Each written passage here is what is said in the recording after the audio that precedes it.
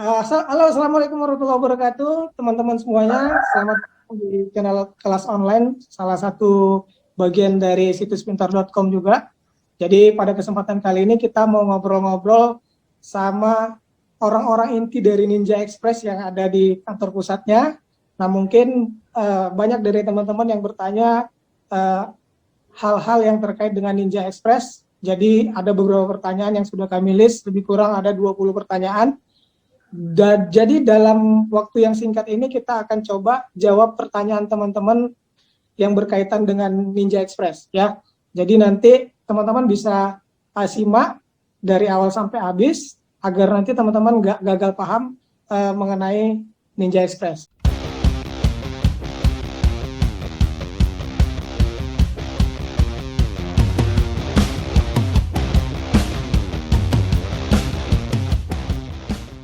Nah, di sini kita sudah kehadiran dua orang tamu ya. Yang pertama itu ada Pak Isnandar Teguh ya, yang kedua ada Kak Ayu ya. Jadi nanti Pak Isnandar dan Kak Ayu nanti bisa menjelaskan atau memperkenalkan dirinya secara singkat lah kepada teman-teman penonton dari kelas online.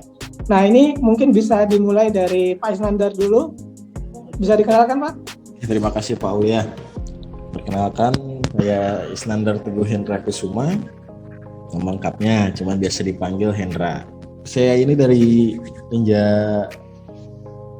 pusat sih, untuk penempatan di Medan. Untuk posisi saya sebenarnya sales associate. Dan untuk Mbak Ayu sendiri bisa dikatakan rangka pembantu saya lah. Gitu. Asisten gitu Pak ya.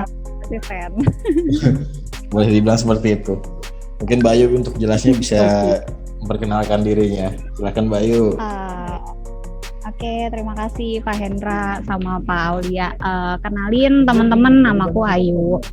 Aku dari Ninja Express Pusat Jakarta. Jadi mostly kebanyakan nanti untuk seller-seller yang gabung dengan situs pintar itu akan aku yang bantu mengenai problem paketnya atau ada kendala apapun. Nanti insya Allah aku akan bantu 1 kali 24 jam kalau nggak ngantuk. Oke. Iya, mungkin Paulia ada yang mau langsung kita ke pertanyaan aja kali ya Kak ya. Boleh. Gitu ya. Boleh. Oke, ini aku share screen aja lah biar gampang. Siap. Nah, jadi ini ada beberapa pertanyaan yang udah kita rangkum dari beberapa seller yang tergabung dengan situs pintar. Nah, nanti mungkin dijawab dengan singkat aja, tapi kalau bisa sih jelas gitu ya kayak. Dan yang pertama nih kita langsung aja, banyak yang nanya kayak gini, counter Ninja ya itu nggak ada di tempat saya tinggal. Nah, apakah ketiadaannya tersebut itu menandakan bahwa Ninja tidak ada di daerah tersebut? Nah, mungkin bisa dijelasin nggak? Baik, untuk pertanyaan pertama ya. Iya, benar. Dasarnya untuk Ninja itu fokusnya di pusat, Pak. Jadi setiap daerah pasti ada pusatnya. Dan kita umumnya udah mencapai ke seluruh Indonesia, kecuali untuk daerah-daerah yang masih terkena bencana atau yang sekarang ini PSBB lah kebanyakan itu. Tapi intinya sih semua Ninja udah bisa mencakup ke seluruh Indonesia. Jadi nggak perlu harus ada counter di sana, karena semuanya setiap daerah pasti ada yang namanya itu SH, sorting hub. Kalau untuk teman-teman yang join sama Ninja nggak ada counter di sana, nggak perlu khawatir karena semuanya ada di SH. Jadi sistemnya kita pick up ke tempat teman-teman sekalian tanpa teman-teman nggak perlu harus ke counternya lah. Nah, mungkin dari Kak Ayu ada tambahan nggak?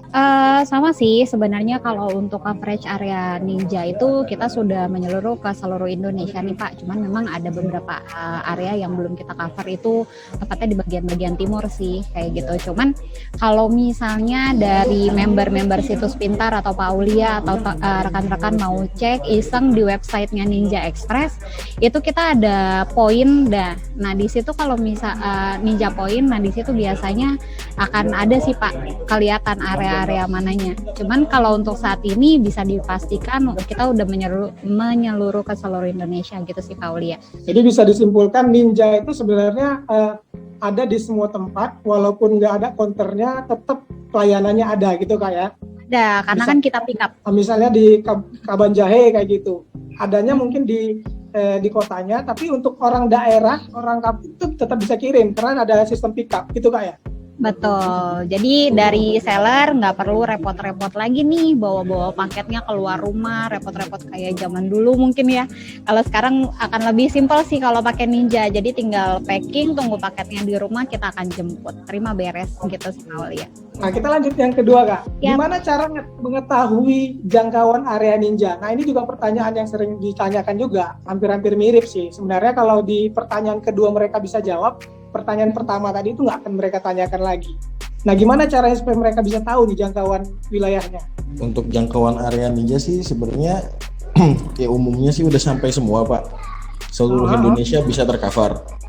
Nah, kebetulan kecuali yang tadi kita sampaikan di pertanyaan pertama, apabila suatu daerah itu terkena dampak kayak bencana alam atau apa, itulah yang biasanya kita nggak bisa sampai ke sana. Tapi maksudnya semuanya se-Indonesia pun udah bisa kita jangkau. Nah kalau mungkin tambahan dari aku ya, kalau dulu Pak Hendra pernah kirim semacam coverage area, jadi di situs Pintar sebenarnya sudah kita cantumkan juga. Jadi ada file yang bisa di-download sama teman-teman yang mau menggunakan Ninja Express. Jadi bisa dilihat tuh coverage areanya di mana saja. Nanti di websitenya situs Pintar itu ada, bisa diakses sih sebenarnya. Nah kita lanjut aja ya, pertanyaan berikutnya. Apakah paket itu bisa diantar langsung ke counter atau hanya di pick up saja? Kalau untuk paket, kita sih menyarankan untuk di pick up ya Pak ya. Tapi ketika si konsumen, si shipper ini atau teman-teman yang memakai situs Pintar mau mengantarkan paketnya ke counter, itu bisa. Asalkan dengan catatan data paket sudah diinput dulu di dashboard mereka. Nah, jadi pada saat diantar ke counter, bilang sama pihak counter, ini nomor ID tracknya dan ini data paketnya, itu aja. Oke, berarti tetap harus mengisi data di dashboard dulu ya Pak ya? Nah, iya betul, soalnya kita supaya bisa kontrol lah dari dashboard itu untuk paket yang udah dikirim. Oke. Ini berlaku untuk COD dan non COD juga? Untuk semua, untuk COD dan COD begitu juga Pak. Oke Pak. Nah ini mungkin pertanyaan yang keempat nih. Ini yang terbaru juga kemarin ditanyakan. Jadi ada yang nanya gimana cara menghitung volume. Terus apakah bisa COD itu barangnya paketnya gede. Nah ini mungkin kemarin pertanyaannya ada aku tanyakan ke Kak Ayu juga. Iya. Jadi gini, kalau untuk cara menghitung volume itu dia panjang kali lebar kali tinggi dibagi 6.000. Nah, kayak gitu Pak Aulia perhitungannya. Nah, tapi terhitung volume itu apabila dari salah satu sisi tersebut itu mencapai 100 cm. Oke. Panjangnya mencapai 100 cm. Nah, cuman kalau misalnya dia nggak sampai 100 cm, itu nanti kita hitungnya berat. Oh, tetap dihitung per kilonya berarti ya kalau nggak nyampe 1 cm. Betul. Ya. Misalnya dia salah satu sisinya nggak sampai 100 cm, itu dia kita akan hitungnya dari berat. Mungkin dari Bang Hendra ada tambahan nggak Bang? Ya, kalau untuk cara menghitung volume kita kan sesuaiin sama untuk perhitungan volume di penerbangan ya Pak sebenarnya. Jadi rumusannya itu panjang kali lebar kali tinggi dibagi 6.000. Itu standarnya seperti itu. Nah, kalau apa bisa paket COD yang berat, yang besar dikirim maksudnya ini Pak ya? Ya, apakah bisa paket yang gede itu dikirim COD juga? Bisa, selama paket itu tidak melebihi berat di atas 30 kilo. Baik secara berat ataupun volume. Oke. Berarti ada maksimum ya untuk COD itu maksimum 30 kilo gitu Pak ya? Betul, jadi paket 30 kilo. Baik secara berat ataupun secara volume. Itu untuk satu resi. Jadi misalnya gini, ada 60 kilo dipecah jadi 2 itu bisa? Bisa. Untuk satu resi itu maksimal di 30 kilo. Oke. Siap. Ada tambahan informasi baru berarti ini Pak. Nah kita lanjut ya. Boleh Pak. Kenapa banyak yang bilang ini banyak juga pertanyaan dan banyak juga komentar-komentar di grup-grup lain. Kenapa banyak yang bilang Ninja itu pengirimannya lambat? Nah, mungkin bisa dijelasin nggak? Kalau untuk pengiriman lambat, biasanya kita ada beberapa faktor sih Pak. Yang pertama dari akses ke daerah tersebut. Misalnya ada satu daerah yang memang hanya ada beberapa kali kendaraan yang akan pick up ke daerah sana. Jadi yang pertama dari medannya sendiri, bagaimana kondisi daerahnya.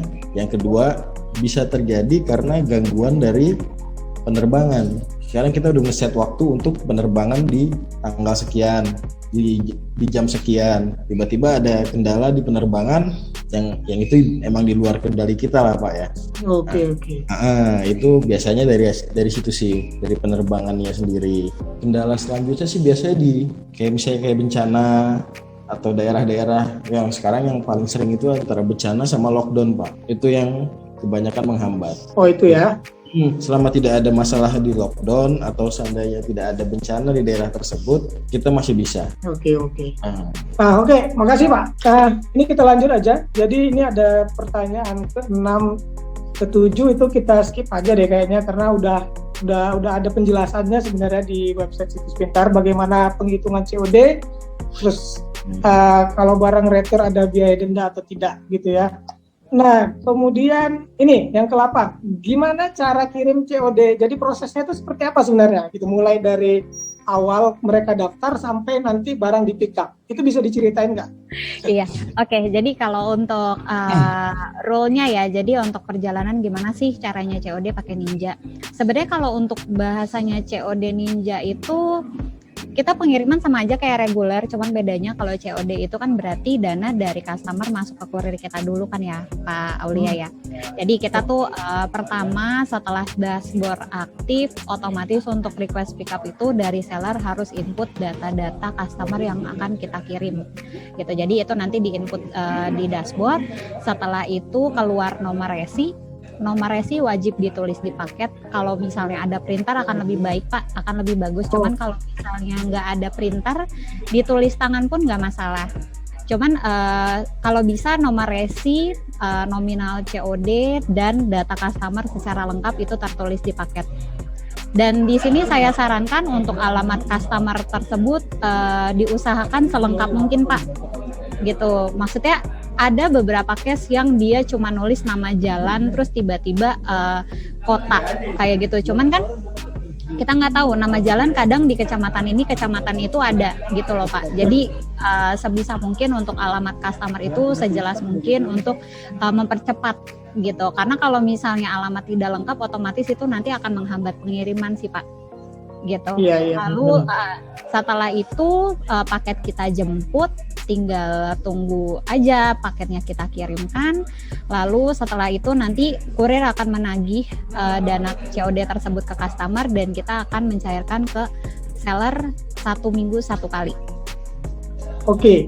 Nah pertanyaan selanjutnya Kak, setiap hari apa aja sih dana itu dicairin?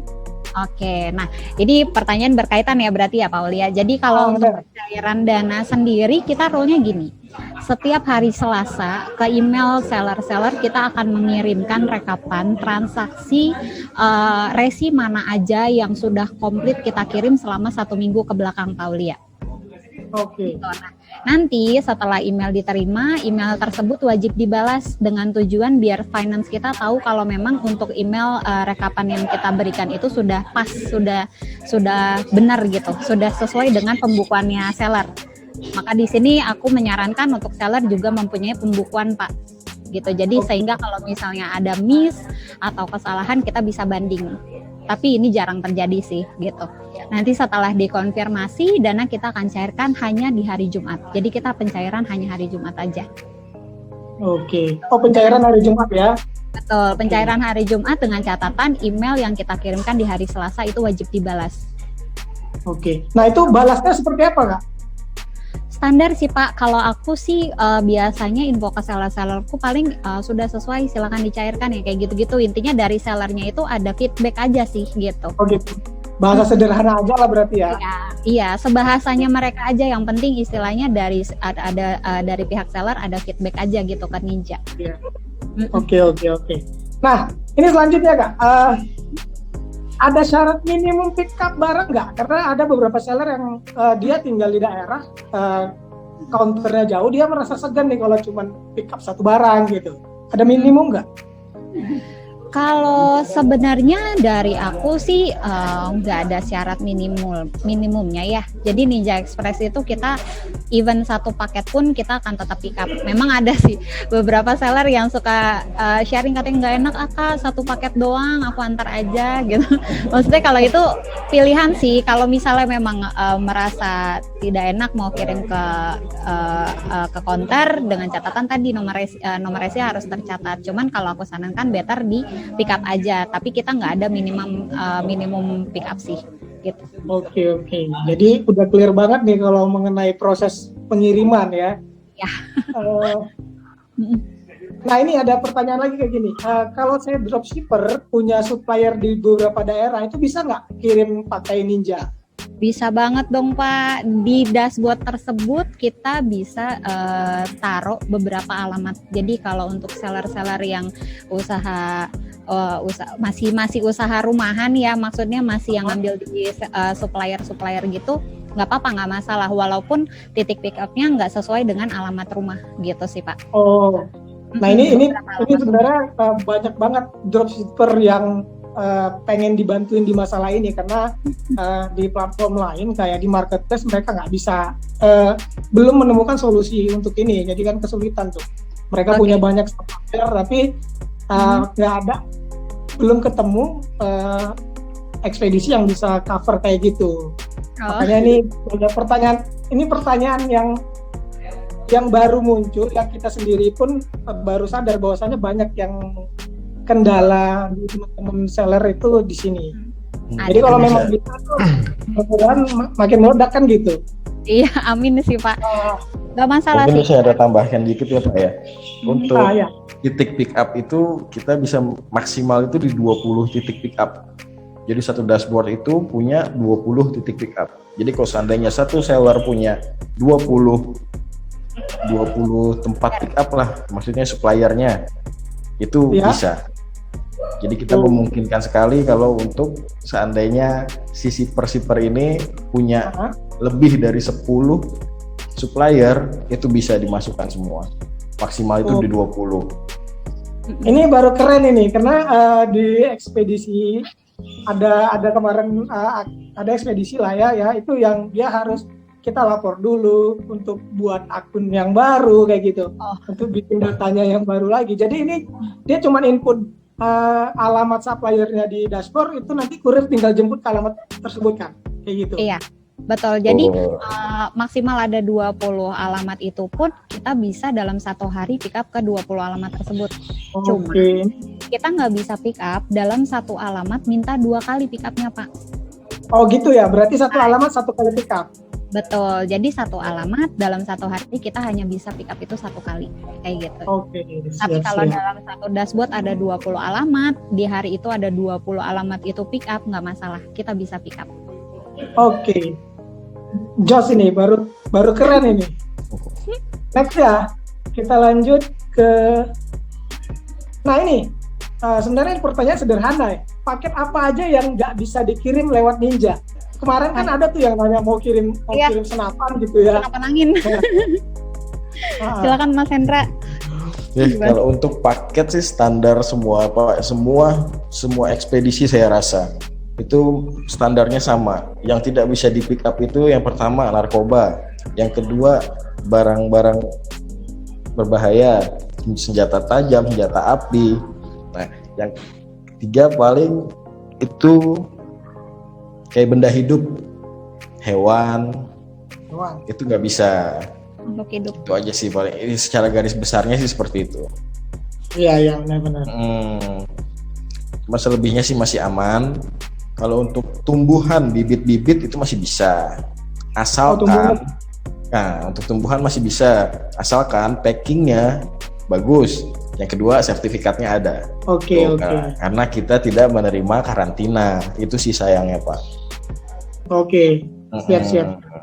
Nah teman-teman, karena ini waktunya cukup mepet, jadi kita baru selesai di 12 pertanyaan aja. Jadi Ini akan kita lanjut nanti di sesi kedua, ya, di video keduanya itu kita akan lanjut ke pertanyaan sampai terakhir. Jadi jika teman-teman di sini masih punya pertanyaan yang mau dititipkan untuk ditanyakan ke expert-expert yang ada di sini, silakan. Ya, jadi di minggu depan kita akan buat lagi video selanjutnya.